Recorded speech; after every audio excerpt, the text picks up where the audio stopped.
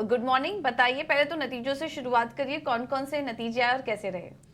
Good morning पूजा। तो सबसे पहले ऑफ कोर्स निफ्टी की कोल इंडिया के नतीजे पे फोकस करेंगे और यहाँ पे largely weak set of numbers देखने मिली है। रेवेन्यू थोड़ी इनलाइन थी, लेकिन एबिडा और मार्जिन्स यहाँ पे एनालिस्ट एस्टिमेट्स को मिस किए हैं। इंपॉर्टेंटली जो ई रियलाइजेशंस होता है वो लगभग 23% सीक्वेंशियल बेसिस पे गिरावट देखने मिली, क्योंकि ई ऑक्शन प्रीमियम्स कम हो गए हैं। तो उसके कारण कोल इंडिया के कमज़ोर नतीजे देखने मिले हैं। तो आज स्टॉक में सेलिंग प्रेशर भी आ सकता है। वही अजंता फार्मा की बात करें तो बहुत स्ट्रॉन्ग सेट ऑफ नंबर्स आए हैं। यहाँ पे अब एबिडा ले लीजिए, रेवेन्यू ले लीजिए, पैट ले लीजिए, वो एनालिस्ट एस्टिमेट को बीट किए हैं और आईपीएम बिजनेस में भी अच्छी ग्रोथ आई है। एस्टेक लाइफ साइंस की बात करें तो ऑफ कोर्स यहाँ पे बहुत स्ट्रॉन्ग नंबर्स भी देखने मिले हैं। रेवेन्यू लगभग 21% का जंप आया है और अगर एबिडा मार्जिन की बात करें तो 406 बेसिस पॉइंट्स का जो इजाफा देखने मिला है।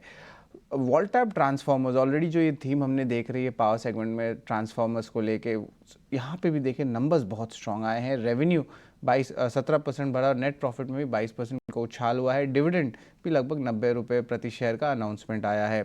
सीएट की बात करें तो कमज़ोर नतीजे देखने मिले हैं, अनुमान से कम आए हैं नतीजे। ओवरऑल एबिडा में सिर्फ 6% का ही जंप आया है और रेवेन्यू ऑलमोस्ट सपाट रहा है 4% का ग्रोथ के साथ। और आखिर में पीएनजी हेल्थ, देर रात कल इनके नंबर्स आए थे, ये लार्जली सारे पैरामीटर्स में वीक सेट ऑफ नंबर्स देखने मिले हैं। तो यहाँ पे मोरलेस कहेंगे मिले जुले नतीजे जो है हमें देखने मिल रही है वायदे बाजार और कैश मार्केट में। बिल्कुल। तो कोल इंडिया के नतीजे, अगर बड़ी निफ्टी कंपनी की बात करें तो नतीजे कमजोर आए हैं। Ajanta pharma, Astec life sciences, Voltamp के नतीजे अच्छे नजर आ रहे हैं, स्ट्रांग हैं। वहीं सीएट के नतीजे और पीएनजी हेल्थ के नतीजे कमजोर हैं। ये पूरा एनालिसिस और अभी शरद आपको करके बता रहे थे। शरद, इसके अलावा खबरों वाले बढ़ते हैं ब्रोकरेज रिपोर्ट्स की तरफ। हमारे साथ गौरव जुड़ चुके हैं। गौरव, गुड मॉर्निंग, बताइए। जी हाँ, तो आज सबसे पहले शुरुआत करते हैं बजाज फाइनेंस के साथ, क्योंकि अगर हम बात करें बजाज फाइनेंस की तो कहीं पे एक बुलिश व्यू हमें ब्रोकरेजेस की तरफ से देखने को मिल रहा है। तो जैसे कि जेफरीज ने बाय रेटिंग बरकरार रखते हुए टारगेट प्राइस जो है वो 9260 रुपीज़ का रखा है। और इसका मेन रीज़न ये है कि जैसे हमें पता है कि आरबीआई ने जो रिस्ट्रिक्शंस थे कार्ड के ऊपर बजाज फाइनेंस के, उसको भी हटा दिया है और इसी के चलते हुए उनको कहीं पे ग्रोथ देखने को मिल रही है बजाज फाइनेंस में। इसी के बाद उनका मानना ये है कि कहीं पे ये जो 6 मंथ्स में ये जो रिजोल्यूशन आया है वो भी एक पॉजिटिव है बजाज फाइनेंस के लिए। और आगे जाके इसका इम्पैक्ट जो है वो उनका मानना है कि कहीं पे 10% से ग्रोथ देखने को मिल सकता है नए लोन्स के सेगमेंट में, और 4% से ग्रोथ देखने को मिल सकता है कंसोलिडेटेड पीबीटी में Q4 के नंबर्स में। और इसी के चलते उन्होंने एक 9260 रुपीज़ का टारगेट दिया है।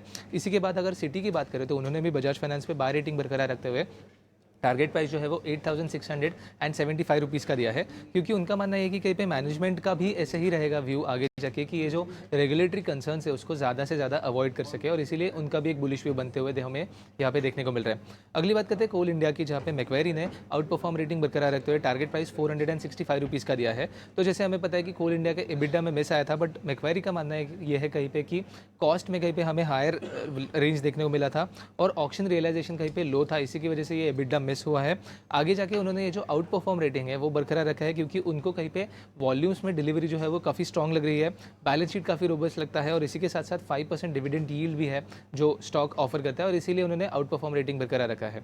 अगली बात करते हैं डाबर की, जहाँ पे जेफरीज ने बाय रेटिंग बरकरार रखते हुए टारगेट प्राइस 660 रुपीज़ का दिया है, क्योंकि उनका मानना है कि कहीं पे रिजल्ट्स की बात करें तो एक ब्रॉडली इनलाइन रिजल्ट से अगर जेफरीज के एस्टिमेट्स के साथ हम कंपेयर करें तो इसी के साथ साथ मैनेजमेंट ने जो आगे के प्लान्स बताए वो थोड़े बुलिश लगे और ऑप्टिमिस्टिक लगे उनको। तो जैसे single to double digit growth का मैनेजमेंट ने प्लान बताया वो जो काफ़ी अच्छा लगा था जेफरीज को, और इसी के साथ साथ जो ग्रोथ और वैल्यूएशंस है वो कहीं पे अलाइन दिख रहे हैं अभी फिलहाल के लिए डाबर के लिए।